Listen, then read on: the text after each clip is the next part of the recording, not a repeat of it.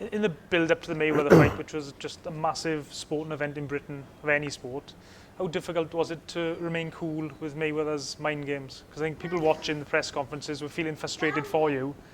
It's very difficult, but you know, a lot of the time, I don't think he wound me up, but we had the 24/7 programs, you know, when there was that, you know, where they followed you around for weeks and weeks before the fight, and it was such a big occasion.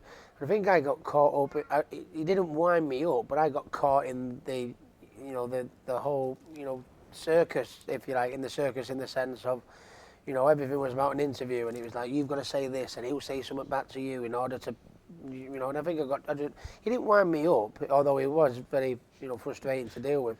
But I just think I got caught up in the whole occasion rather than just looking at the opponent and thinking that's all I've got to do is beat you. I got caught up in it all, I think. How much did the referee, Joe Cortez, spoil your tactics on that night?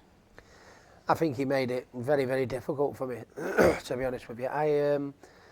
You know, anyone who asked me the question, they say, that referee, you know, and I think even if he was from the United States, you'd still say, you know, he did a terrible job, which was very out of character for the way he normally likes to referee. He normally, he's known as fair but firm, and he likes to let you have a fight.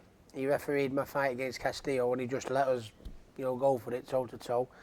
And then just refereed a total different fight against Floyd Mayweather. And like I say to everybody, I'm not saying I'd have won the fight anyway, you know, but it certainly didn't help me case. You know, you know, it was very hard for me to get into like a little bit of, you know, a bit of rhythm. And, you know, Floyd was very cleverly, you know, forearming me as he come in and ducking low below the waistband, you know, and I think he got he got let away with a lot of things, yeah.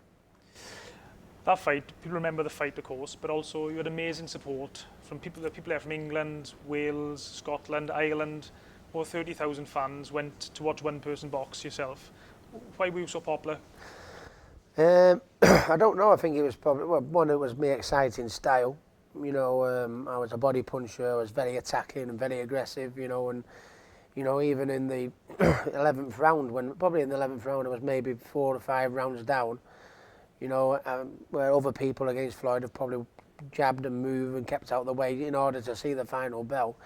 For as long as I was in the fight, you know, I wanted to knock him out, and that's what led to my downfall in the end. But to have the fan base that I did, I would say it's my proudest ever achievement. You know, normally people would say, well, it was that fight was my greatest achievement, or that win, or boxing there. But I think mine was the fan base I was able to generate. Because I mean, I think the record before that was Frank Bruno when he fought Mike Tyson. I think about 10,000 went over, you know, which is outstanding. But when you think 30,000 went over, I was like, you know, it's something that, you know, I always take, you know, great pride in. I think the fans could relate to me as well, you know, because I was like Jack the Lad, man off the street, you know, no airs, no graces, and the people in the stands could turn around and say, yeah, it's just like one of us, isn't he, really? And that's what, you know, they had that extra bit of passion for me, I think. Yeah, I think there's about 10,000 just at the weigh-in. I think there's about 8,000 at the weigh-in, yeah, which it's incredible. You know, I wish I could go back in a time machine and just, you know, and be there,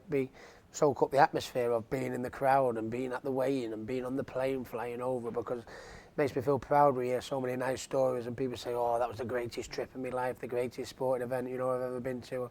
I wish I'd have been and fly on the wall just watching it all unfold, yeah.